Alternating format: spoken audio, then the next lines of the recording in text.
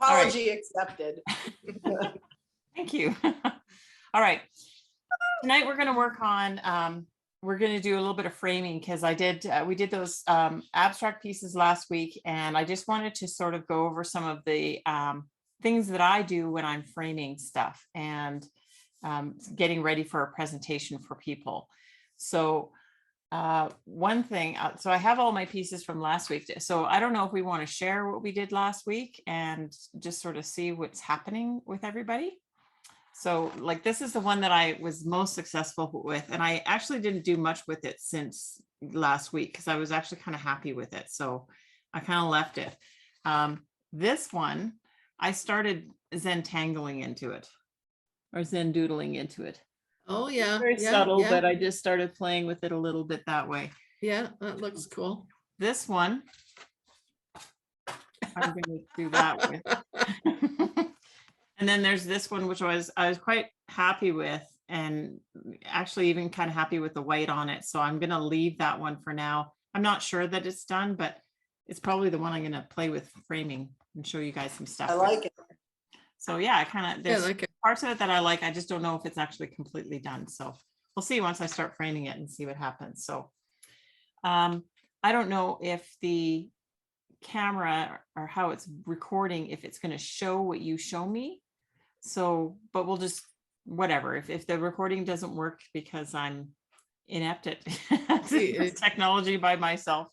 Yeah, I don't know how that works when, you know, do you have yours on speaker view? Because I would think if you've got it on speaker view so that whoever is speaking gets big, I think it might show on your recording, but I don't know for sure. I've got it on gallery right now. So I don't know if the gallery, Do it. so it's quite big on my computer because there's only the 4 of us. So I can also do the speaker, but let's just do the gallery and hopefully that's what's showing up. So Elizabeth, if you want to show us what you did. Sure. Your pieces. Okay, I'm going to show you my less successful pieces first.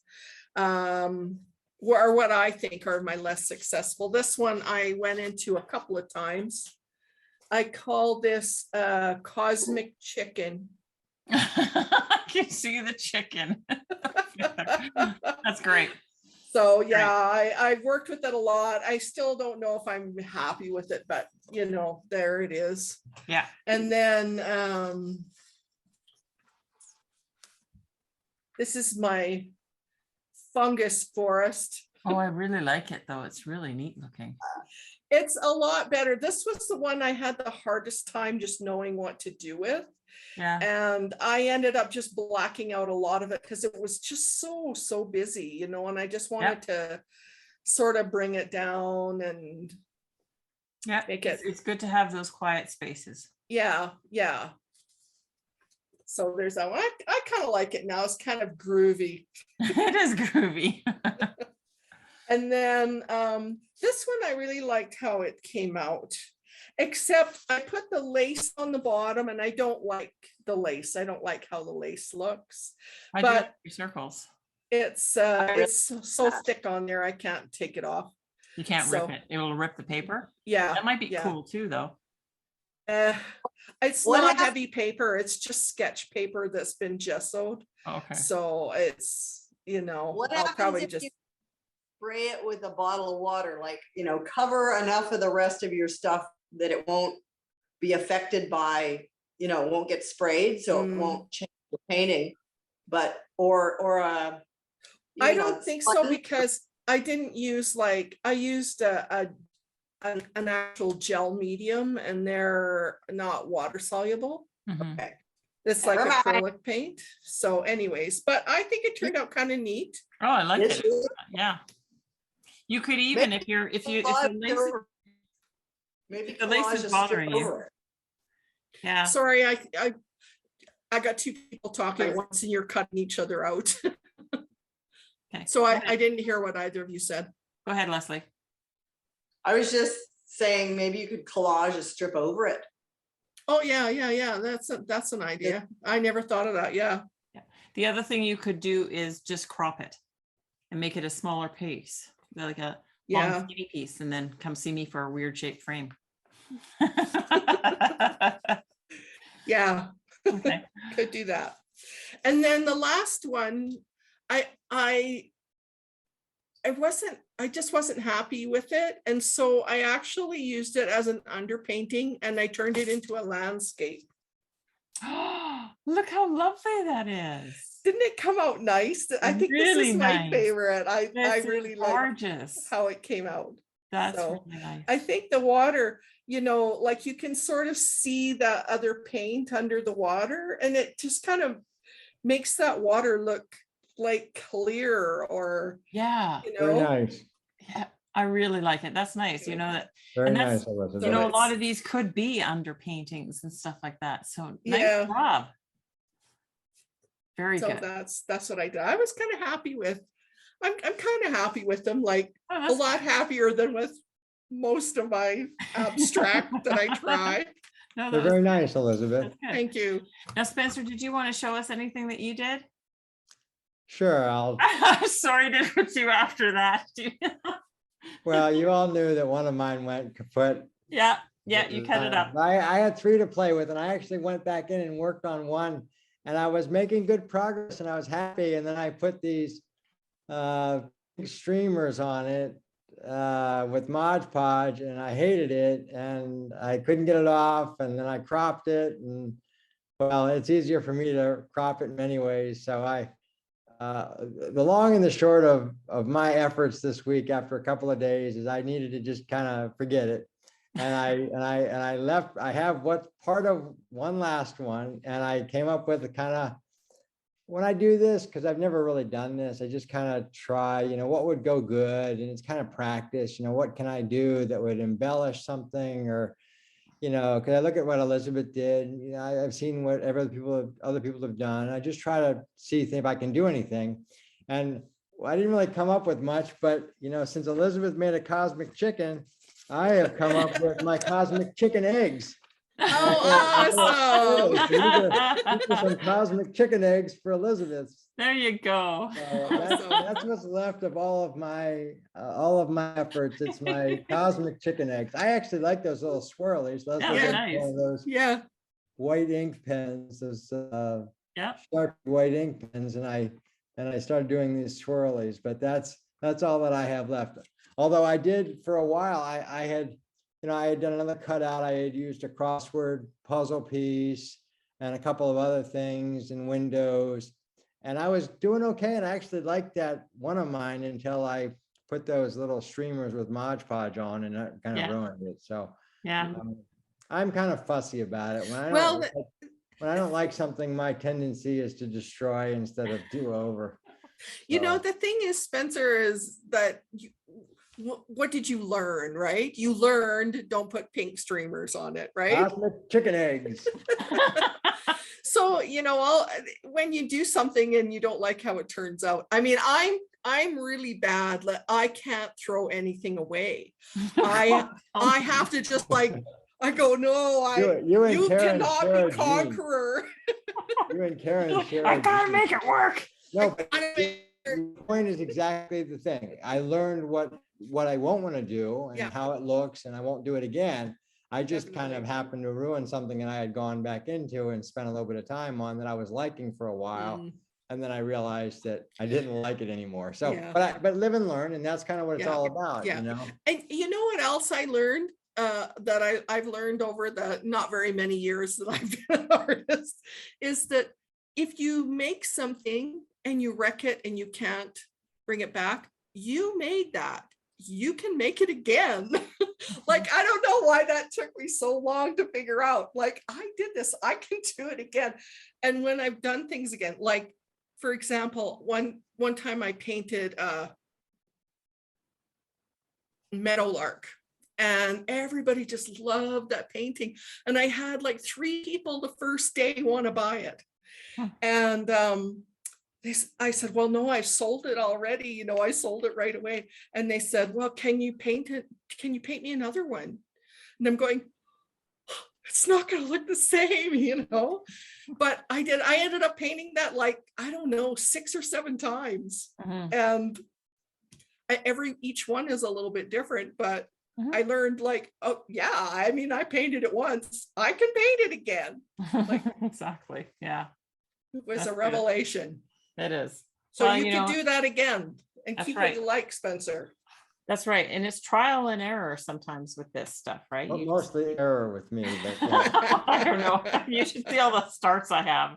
So, okay. Now we lost Leslie. I don't know if she wanted to show her stuff again, but she kind of disappeared. So I'm just gonna change the view down to my table and we'll have to deal with it crooked. I don't know why it's gonna do that. Oh, Leslie's back. Did you want to show your stuff while we're recording? Sure, sorry. A phone call just came through, a woman that's been trying to reach Brooke for a while. All right. So I thought I'd better talk to her. So this was my first one, and as you can see, I've cut my little window. I just Oh, haven't you did. put Yeah. it in it. And there are parts of it that I really don't like, but parts of it that I'm okay with, and I just keep doing stuff. I was trying some color pencil, and then that's water soluble. And then I took my paintbrush to it to do something with it, just because I've never done that. Yeah. Just not messed with it. And then this one, I sort of like where it's going better. I don't know what side is up, Mhm. but these are cutout pieces from when I did those stencils, when we were Yeah. doing the stencils. So I was gluing them in, and I don't have a credit card. So I was actually using one of these little wheels from the Starbucks thing Oh, you gave me some of those. and painting with that. And then I decided I would paint it so that I could apply it to something. Because originally I thought I would apply it to this where it says whammo. Mhm. But then I decided not to. I don't know. It still is in the running to end up somewhere. So Right. Exactly. that's where I Very am. cool. And I did, these are 9 by 12, but I did put pencil lines for 8 by 10 Okay. so that I could bleed over the edges. So when I crop, I know that the bulk of it is painted. And depending on what you frame it with, you may not need to crop it too. So I'm going to show you a couple of different things that I would do, or ways that you can frame them very inexpensively. Just, using some of this, the store-bought frames that I buy at a place that I tend to work. Anyway, all right. I'm going to see if I can switch the thing to this one here. Okay, I'm just going to go change my view.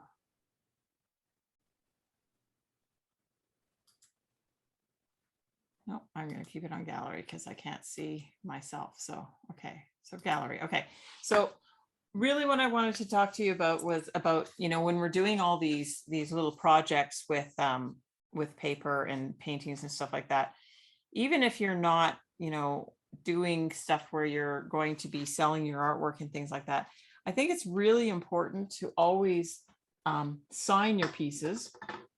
And I like to date them also, but I don't date them on the front. So I'm not going to use this one because I haven't decided which way it goes. So for example, like this one, I'll probably sign it, just do my little signature on the front, but on the back, I always sign it again and write the title down and the date, like sign it with the date. So just the year, right? So it would be,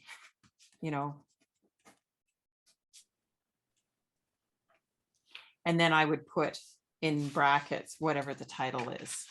And I don't know what I would. So we've got an interesting mirror view of you today. Yeah, you do. Because I'm right-handed.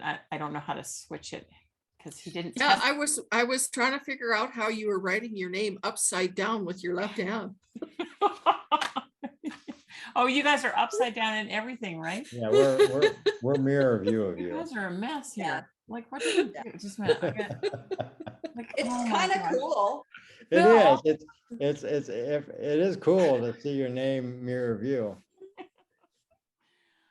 I don't know what he did. He's got the camera. I don't know what he did. I'm so sorry. he obviously didn't test it before he went upstairs. Anyway, so then I would write the title on there, and that's how I would do it. Once it's like that, then it's just deciding what type of frame to put it in. And I just grabbed a frame that I have sitting around, and then I actually bought a frame today. Dang it, they weren't on sale. But so I wanted to show you this, these kind of frames that they sell at, a big department craft store that you could buy. Of course, I can't get it open now. Let me just get my voice.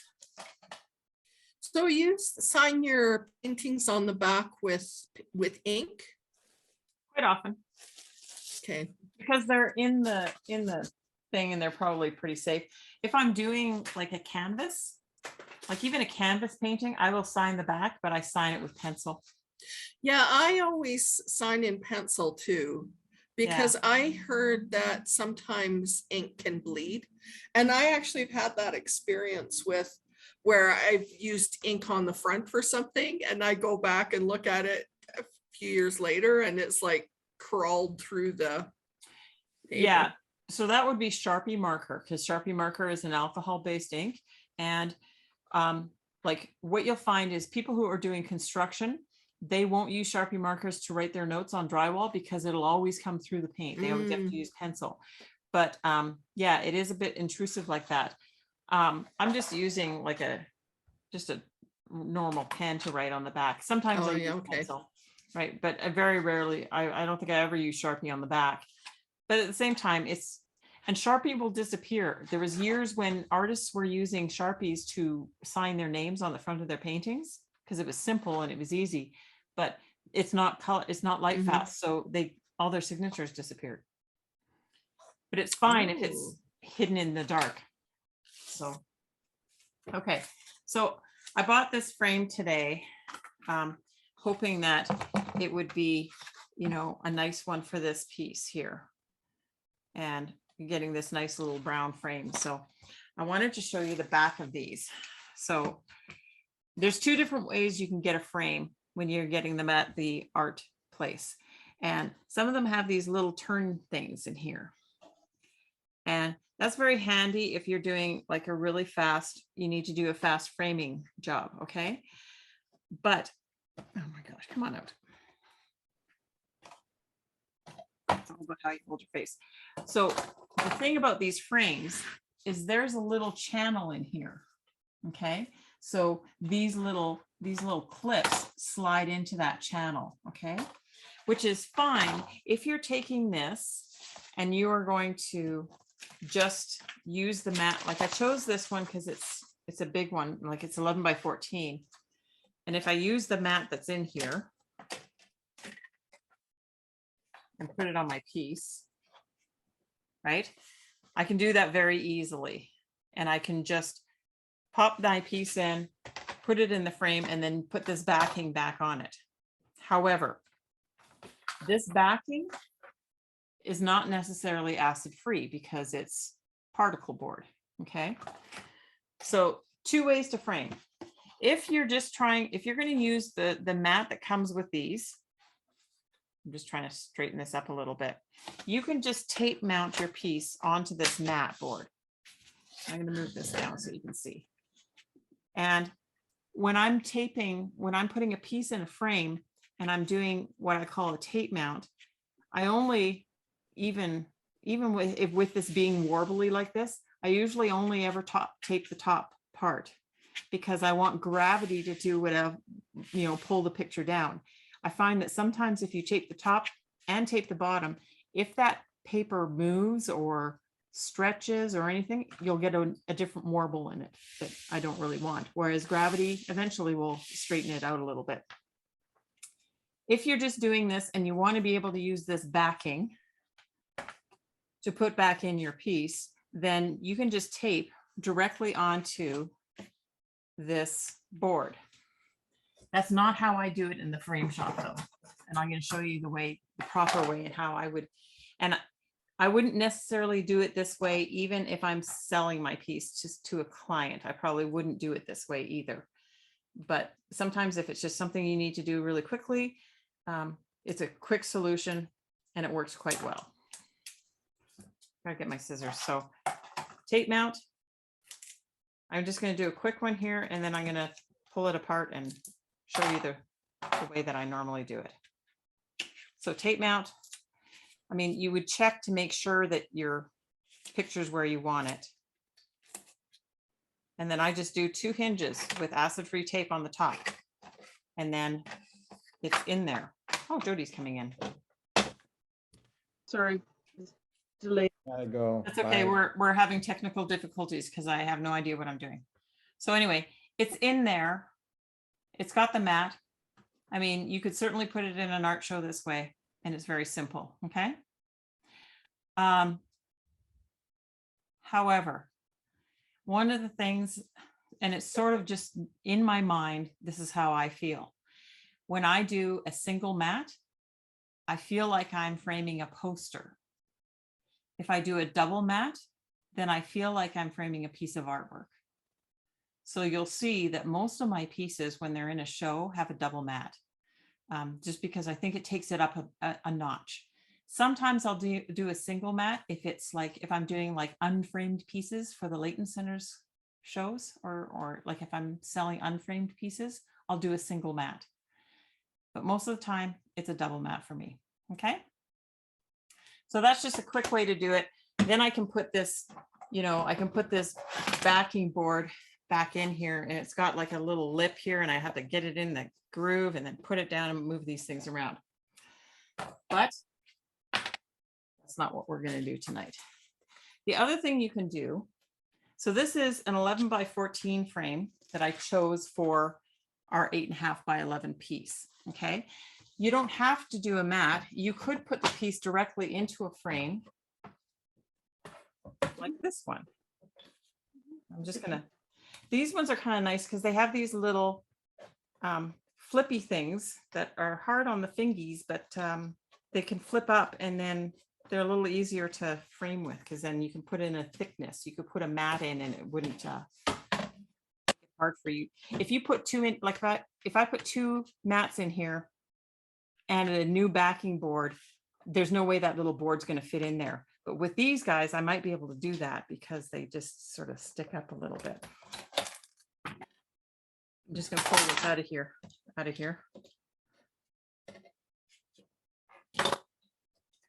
Okay. So this is just an 8 by 10 frame. So I could just do that and put my piece just in that without a mat, which is okay, but it looks better in the bigger frame, doesn't it? Gives it a little bit more space to breathe. Okay. So No. that's just playing, you know, sort of figuring out what we're going to do. Okay. So I'm going to take this one off. I'm still going to mat with this, even though normally I would do a double mat. But I'm going to show you how I really do my framing. Okay. So what I have here is, this is a piece of acid-free foam core. And this is what I use when I'm doing my framing. I got to go grab my little bumper here.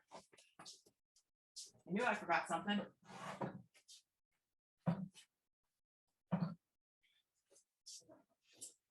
All right. When I'm really framing and I want to make it work really well, this is what I do.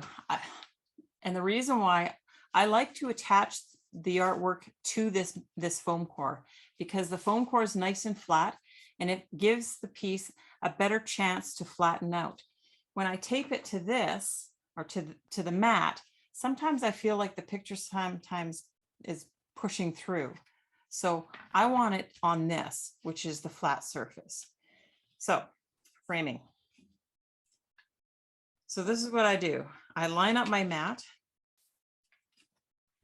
and then I line up my piece underneath and make sure it's where I want it.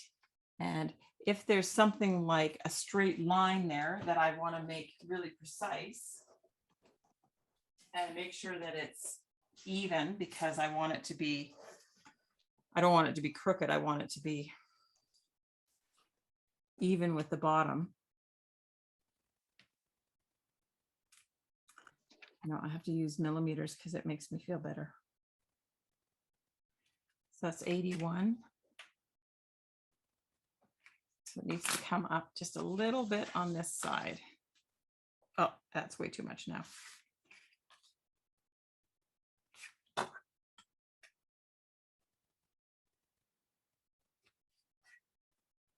So when you painted that, Yep. were your primary colors yellow and blue, and then you added orange? We did 4 different ways. So I did add an orange to it. And I think I think you could just do any, by the time I was doing this one, you could do anything, any colors that you want. Oh, okay. So once I have it lined up where I want it, I have these lovely bean bags. They're so great. And they just keep it nice and flat for me while I take this off. And then I can do my proper tape mount. Now you'll see, or maybe you won't see, because I can see that my picture's a little bit crooked on here, but that doesn't matter because what really matters is what's happening with that mount. So tape mount. I'm going to take my tape and I'm just going to put it under this edge with the sticky side sticking up. So I have a little bit of tape on the back of my piece. And again, this tape is acid free, so it's still safe for my painting. But my philosophy is less tape on your art, the better. And then I'm going to do my other hinge over here. Now that sticky is sticking up, so it's not really doing anything other than sticking to the back of the picture. And that's when I take my tape and I do a longer run across.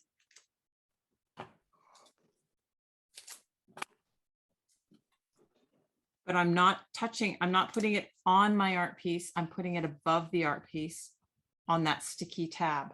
And I'm creating a hinge. And that means that now it's stuck to the board without a whole bunch of tape being on the art itself. It's just above. And then I can take those off. That is brilliant. Isn't that nice? It's just a nice way to do it. Then I'm not going to do the bottom because I don't want to do that.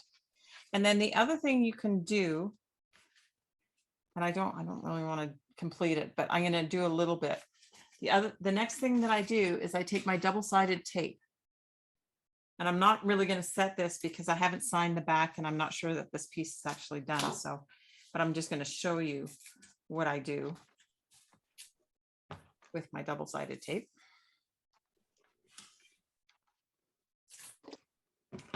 So right now it's got the protective surface on it, on this tape. Then I take my mat, line it up again,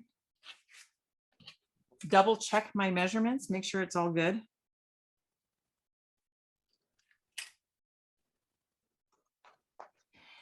At this point, if I need to scooch it a bit, I can probably turn it a little bit or adjust it a little bit.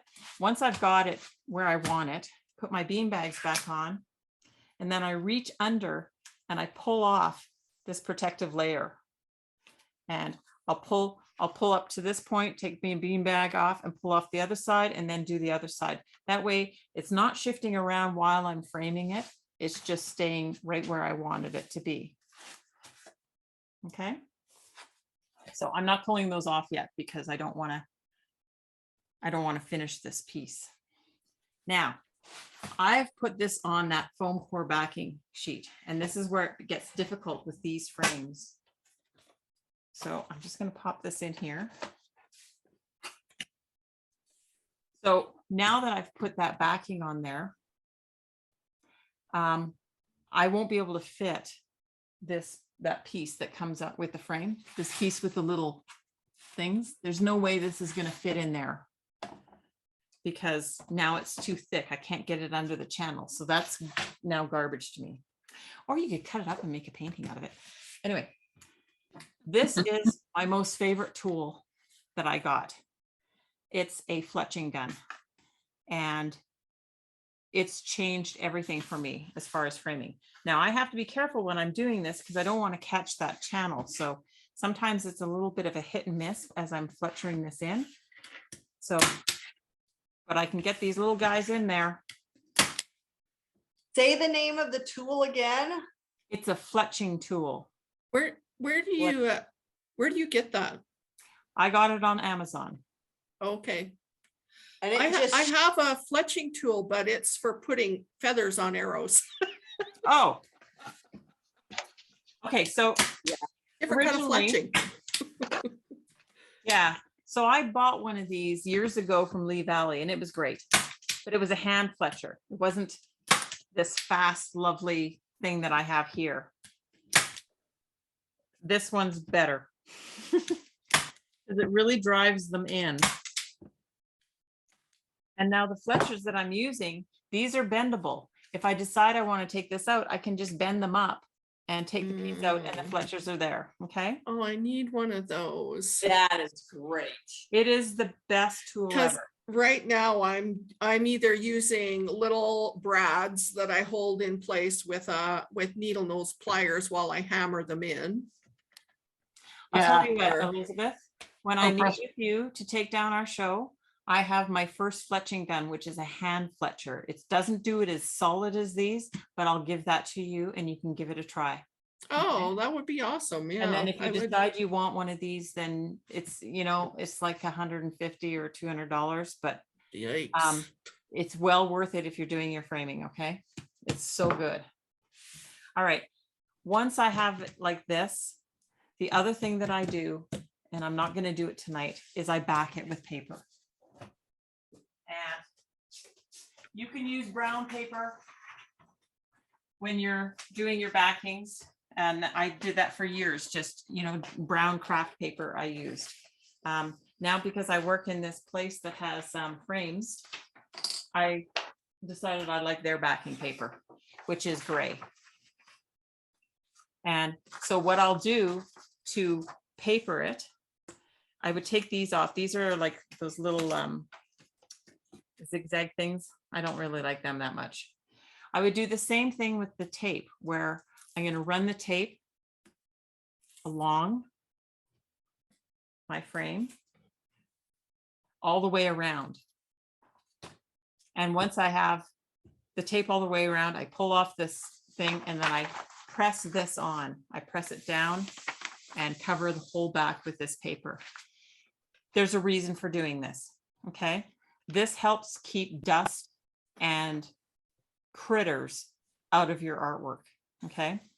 I did a piece years ago, gave it to my friend, and I framed it in like a metal frame, which you can't do this with.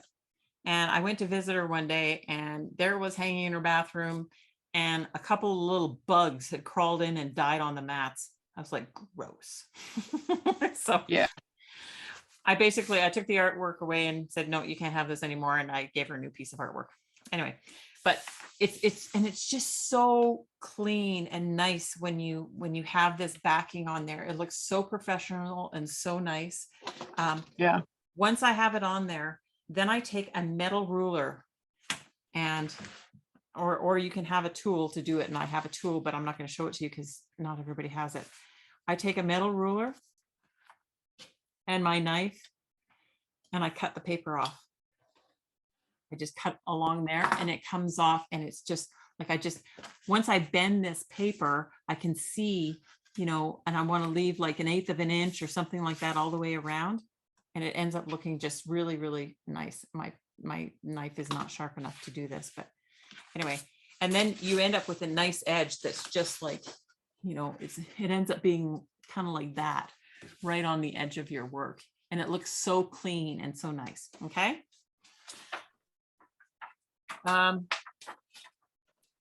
Last thing I always do when not the last thing, I always wire my artwork for my clients. But the other thing I always do is I put a little blurb about me on the back.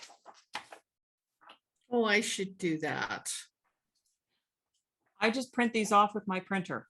So I Mhm. created these and I can change them whenever I want. I don't have to have a special person to go and do them, but you just put this on there. All your information is there. The only other thing I do is I put also, I don't know if I have any handy. Sorry, you put those on the back of the paper, or Yeah. you put them on the back of your On the back of the paper. home core, on the back of the So, paper? Okay. Yeah, so yeah, once the paper's on there and it's all nice and clean, then this just goes on top. Oh, And I yeah. just use a Okay. glue stick. It just looks so nice to have that there. The last other thing that I do is I have, and I just use like a mailing label where I have the title of the piece, what it is, and the price. That way all my pieces are priced on the bottom. It's a pain when I have to go through and I've done a price restructure, because then I have to go through and redo them all. But then, you know, like I've signed the back of the piece, the Mhm. arts itself, with the date, with the title, but sometimes the title gets lost. This has the title. The title means something to me when it's for all my pieces. So that's why every piece gets one of these on the back, so that you know. And I don't always put the date on it. I don't need to put a date on it because I have an inventory of all my pieces, right? So I know if somebody tells me that they had random places, I can look up random places on my database and I can see exactly when I made it. Well, not exactly, what year I made it. So You never name something the same name twice. no, I can. And I have actually. I think that there's a couple that I've used the name over again, but that's all right. I really, the chances of somebody really wanting me to look up the date that I did their work, if they, and like where I'm storing all the information about my art pieces, there's a picture of the piece. So I would be able to Oh, right. identify too. So Mhm. anyway, so that just makes it a nice sort of, you know, presentation, right? It's all there, all the information's there. And if they need to get a hold of me, they can, right? I didn't bring- Awesome. I don't have any I don't have any completed pieces down here. I don't leave the completed ones down in my studio because they'll get damaged, but God, there's got to be some that I'm about to reframe. I don't know. Well, probably that one that I just ripped apart, but anyway, so that's sort of how I do it. And, you know, with the framing and that makes it nice and clean and ready for a show. Yeah. Not quite ready because I'll want to. But do you do a lot under glass like that? Yes, I do. Do you? So when I'm dealing, because I know I'm painting in acrylic and mixed media and stuff like that. And because acrylic's plastic, technically I don't need to put glass on it. But if I'm using a matte, I need to, because I need to protect that matte because, and I've done paintings where I've painted on board, like I do canvases and stuff too, but I've done things like board or paper and stuff. And I find that if I frame it without glass, it just feels cheap to me. Not a canvas painting, but a board painting. Sometimes it just doesn't feel right to me. The other thing is, yes, I do have to put it under glass because I'm protecting that matte. But the other thing that really grosses me out, I hate flies. I hate flies so much. And a fly lands on your work and it's different then, because as soon as he lands, he's leaving a spot, right? Now, an acrylic painting, you can wipe it off. But yeah. Yeah. So, I've had lots of people come to the frame shop and they're like, no, I don't think I need glass. And I said, one fly, all you need is one fly to land on that mat and you'll want glass under there. And they're like, ew. Yeah. I mean, I only have one of my paintings that's under glass, and it was, well, actually it was my first acrylic painting that I ever did. And I just did it on paper. So I matted it and I spent way too much money putting it under glass, but I hate taking it to show anywhere because it's so heavy. Yeah. And I just can't imagine Yeah. carrying all those paintings with glass. Yeah, they just too can be quite heavy. And if I'm dealing, like I have some really big pieces that I don't, like I've got a couple that are so big, and I have to be super careful with the glass, because if that gets torqued at all, that glass is cracked. I Yeah. have other ones that are bigger and I don't have glass on them. I have acrylic, Mm, but that's an arm and a leg. It's hugely expensive, the acrylic. It's more expensive than glass. And, Yeah. you know, so yeah. But they're I just- lighter weight. They're, Yeah, you know, I just that- feel like it looks more like a finished painting when it's behind glass. And because I'm using mixed media and there's different elements in there and stuff like that. Yeah. Sure, it's all protected. And if I clear coated it, it would all be protected, but that mat's not going to be protected. So I have a question slightly off topic. Where did you get your bean bags? Did you make them, and what kind of beans are in them? Are they something like I have bean bag type things, but they've got buckwheat in them? yeah, so these have ball bearings in them, like there's Oh, metal in there because Right. it's magnetic. And I bought them from a place that I work. So you can probably buy them on Amazon. What use those in particular? Karen? I missed that. You can probably buy bean bags like this on Amazon. And why, what's the advantage to that? To having a Ball bean or bag? what? No, I get the The ball. what you use it for, but does it matter? Like, what did you find? You get one with metal, I guess. Why did you get that? Just Oh, make your own. They were just that's just what's in them. I don't know. I didn't choose because they had metal in them. I just know that they have metal in them because they the magnets at work stick to them. got it. Ball So- bearings would be very smooth and equally weighted because they're round. Yeah. They won't stack on one another, right? They'll Yeah. level up, whereas beans won't necessarily do that. Yeah. So these are actually, you know, yeah, they're very good. So like I just have 2 of them, and that's pretty much all I use at work is these. Yeah, they're great. Yeah, they're really, It really, never occurred to me that there might be ball bearings in them, but that's Yeah. very cool. they're too. quite heavy. So I'll they're bet. quite nice. So I do like them, and I use them daily when I'm in the frame shop. So anyway, so that's just sort of my quick demo on framing really quickly and getting ready for a show. I mean, inventorying. Elizabeth, do you inventory your work? Do you have an inventory of pieces that you've done? Yeah, I do. Okay. Yeah, I set mine up years ago on an Excel spreadsheet, and I have pages for each year that I paint, and then pictures and all the information about the pieces and whether they've sold or not. So Yeah, I have a couple of different ways that I inventory. I do have one that's a list like that. It's in Word, it's not on a spreadsheet. Mhm. I don't have the pictures in that one, but I have like the name, the year I did it, the size, the price, Yeah. whether I sold it or not. But then I just use DeviantArt. And anytime I do a painting, I put it up in my DeviantArt gallery. And Mhm. I don't get a lot of people that look at my DeviantArt, but it's been really good for me because it keeps track of the year and month that you put it up. And, Mhm. and I write all the details on there, like, what I was trying to do, or, any particular information about it. Yeah. And then I have the medium on there and the size and everything. So I use them. I use both of those inventories all the time. And I think sometimes probably I should combine it somehow. But It's a lot of work. I never have.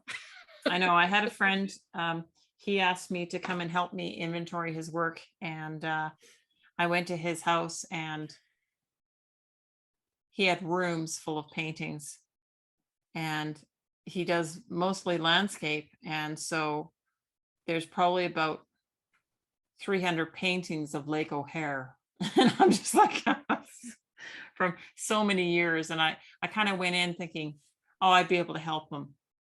And yeah, I can't. It's too much of a daunting task. It was Yeah. scary how Well, much. I started that inventory right when I first started drawing. I had no plans of becoming an artist or anything, you know, but I just, I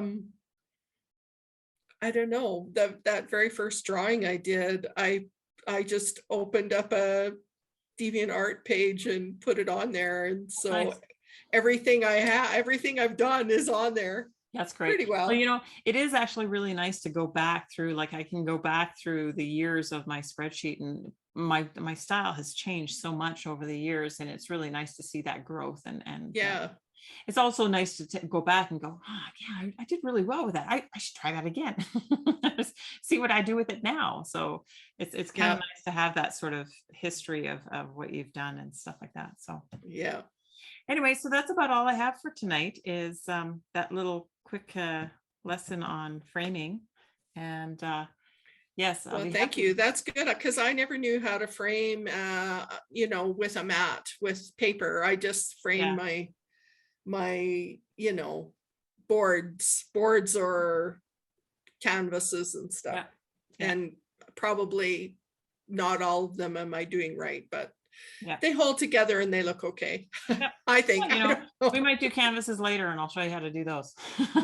So, but yeah, I just thought this would be nice, so that if you did decide that you wanted to frame any of your paper pieces, then there's an inexpensive way to do that. However, wait until there's a sale. I was like, these frames were on sale last week and I didn't buy one. And then I went in this week that the new sale, nothing's on sale. And I'm like, so it's like, how come they're not on sale? Anyway. Loads of great information in here, Karen, Oh, even good. though it's a very simple framing, just stuff that I would never have thought of. Yeah. Yeah. Things that I need to acquire or have around here. Yeah. Although not that really cool fletching tool. Man, that's cool. That is the cool. Is Really cool. this is like, you know, I look around in my studio and it's like, this is one of those things I would never, ever, ever give up. It's like, yeah, you know, if you had to choose your 5 favorite tools, this would be one of the ones that I would take.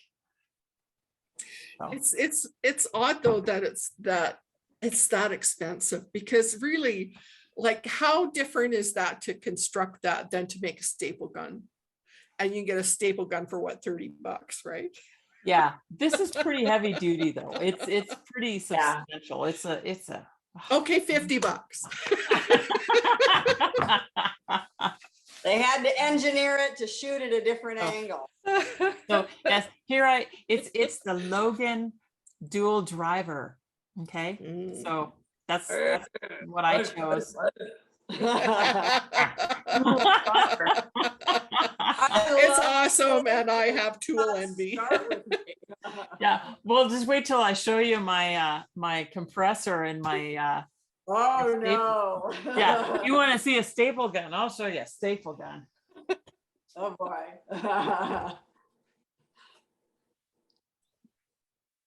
Oh, nice. Now That's my staple gun. Holy moly. I like that. This connects to my compressor. So I'm trying to figure out I'm going to show you guys someday how to stretch a canvas. Yeah. But I have to be careful because the compressor makes so much noise when it fills up. And once it's full, then I can use this. But sometimes it has to make its noise again. So anyway, that's for another time. Another good tool. Yep. My 2 faves. So anyway, thanks for joining me on this framing thing. If you have any questions, just, you know, send me a quick email or anything. And next week we're going to make a box. Oh, I like make a little box. Love that sort of stuff. Okay. Okay. So we're going to make these little boxes. Oh, cute. So simple, but anyway, that's just regular cardstock, or? Yeah, it's just cardstock paper. Okay. And so I'll have some information on what you'll need for this. Pretty simple, and I drew out, oh, the instructions, they're upstairs on my desk. So I drew out instructions. So I will make those easy for you guys to download those two pictures, because you need two different, you need the box and the lid. So Speaking of pictures, you know, I did all those little turtles and I made my little tiny 12 Yep. pieces of origami, whatever you call that shape. Yep. I can't for the life of me now remember how to fold the turtle. Oh, Even yes, though I will doesn't put have that- them. I'll send that to God. you. I'll send that to you, okay, so that you have it also. you. So I meant to do that a long time ago, but yes, I will. I'll send that off to you guys, and so that you have those turtles. Did you see the one that Spencer did? It's on my desktop now. He sent that picture and it's so 30 beautiful. pieces. Yeah, I know. 30 piece. What a I guy. know. I thought 12 was torture. I know. I was like, when he sent me that email, I was like, what? Because I haven't even attempted it yet either. And I've been folding origami for 30 years. All the color, and that, you know, it also was smart to just do the 6x6. Like I sent him when he was here, I knew we were going to do those origami thing, and so I just gave him a couple of sheets of my paper. I didn't have very much left in my stash, so I only, you know, probably sent it with 2 or 3, just so that he could have something to practice as he was on the road trip home. So I have yet to acquire more origami paper. They don't carry it at Michael's. No, they do You not. can order. I know, that's dumb. I know. So anyway, there's. But the origami paper is too thin. Store, and you can get it at Paper Pastimes, maybe. I don't know. I want to call them, and I could order them, but I'd actually like to see what I'm getting before I order them. You know. Yeah, I find that sometimes the origami paper is a bit too thin for the turtle, because I like a little stiffer paper. So I was finding like photocopier paper was working really well. You know what I bought one day, and it's over there somewhere. It was like a little a desk a square of desk notes or something, and they're all different colors, and they're just like these little squares. And I was like, oh, that'd be good for origami. Yeah. So anyway, so yeah, Michael stopped selling origami paper years and years and years ago, even before I started working there. So, oh yeah, anyway. All of the origami paper that we had was stuff that we had from Brooke's childhood. You know, I had pared down her craft box, because between her craft box and my art supplies, stupid amount of stuff in the house. So, you know, I was slowly purging myself of things, but I kept the origami paper. Yeah, I know you're like, don't let Bill hear that. But no, I would go through phases where I sit down with my beads and I'll be like, okay, I no longer love you enough. I'm going to share you with someone else. And oh, no, you're coming back. I'm not quite ready to part with you. Exactly. But I'll do those in waves and put them in Ziploc bags and try to find somebody who would love them. Yes, So I know. hard to do. It's hard. Sometimes you just have to pass them along. Exactly. All right. Well, I will see you guys next week for the little simple box, I called it. And I'll send you all the info. I'll post the information about the cuts that you need, and then we'll go through and do it next week. Awesome. Sounds great. Okay. All right. See All you right. next Talk to you week. guys later. Thank you. Thanks. Thanks. Bye-bye. Bye.